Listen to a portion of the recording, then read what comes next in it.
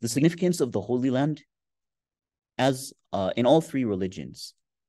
In all three religions, Palestine is the land of prophets, where God made his will and guidance manifest to the children of Israel for the benefit of humanity, and where the worship of one God was established. So Palestine was essentially the cradle of monotheism, and the cradle from which belief in one God spread across the world. As such, it is a holy land and a place of pilgrimage and devotion to God.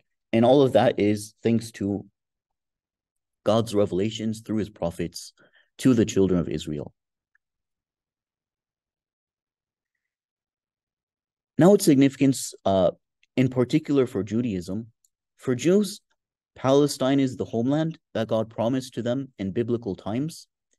It is the land in which Israel, or the Jewish people, was formed and is central to its very identity. It is where most of the Hebrew Bible was written and where Judaism took shape.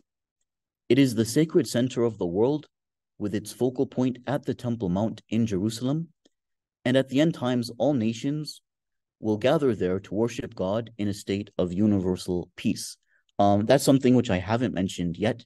So let me quote two passages from the Hebrew Bible, from the prophetic writings. In the second chapter of the book of Isaiah, it reads, "In days to come, the mountain of the Lord's house shall be established as the highest of the mountains, and shall be raised above the hills. All the nations shall stream to it. Many peoples shall come and say, 'Come, let us go up to the mountain of the Lord, to the house of the God of Jacob, that he may teach us his ways, and that we may walk in his paths. For out of Zion shall go forth instruction, and the word of the Lord from Jerusalem. He shall judge between the nations, and shall arbitrate for many peoples. They shall beat their swords into plowshares, and their spears into pruning hooks. Nation shall not lift up sword against nation, neither shall they learn war anymore." And similarly, also in the book of Isaiah, and the same exact passage is also found in the prophetic book of Micah. And you have similarly in Isaiah 56, which is cited by Jesus in Mark 11:17. "And the foreigners who join themselves to the Lord to minister to him, to love the name of the Lord and to be his servants, all who keep the Sabbath and do not profane it, and hold fast to my covenant." And also notice the iltifat.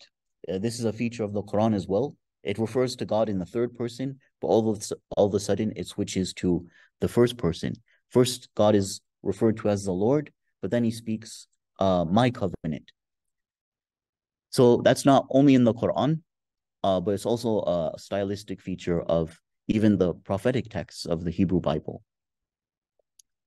"These I will bring to my holy mountain and make them joyful in my house of prayer. Their burnt offerings and their sacrifices will be accepted on my altar, for my people shall be called, for my house shall be called a house of prayer for all peoples."